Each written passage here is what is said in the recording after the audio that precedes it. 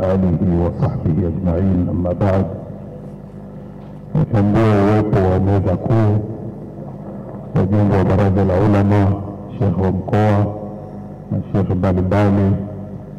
Nimemwona na mheshimiwa mbunge wetu anayegombea tena, kila mtu kwa nafasi yake, itifaki imezingatiwa.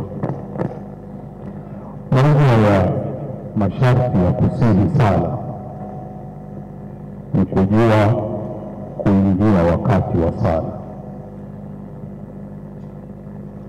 Lengo lake ni kutuepusha tusije tukasali ya dhuhuri wakati wa alasiri, tusije tukasali alfajiri wakati wa magharibi. Maana yake Muislamu ana wajibu wa kujua zama anazoishi, wakati anaoishi, mahitaji gani yanahitajika kwa wakati huo, ili aweze kujipanga aende sawa sawa. Kwa msingi huu tujikague na tuangalie sasa hivi tuko kwenye zama gani, nyakati gani, na mahitajika nini. Imetokea kwa Bwana Mtume sallallahu alaihi wasallam kwamba yeye hakuchaguza baina ya vitu viwili, illa akhadha aisarahuma ma lam yakun ithman.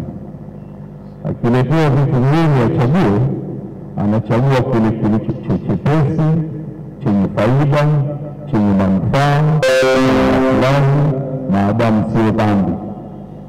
Kwa mfano huu na msingi huu, tujue tuko kwenye zama gani, zinahitaji nini, na nini tunatakiwa kuchagua kwa maslahi yetu na kwa namna iliyo nzuri anayopenda Mwenyezi Mungu na kuridhia. Assalamu alaikum wa rahmatullahi wa barakatuh.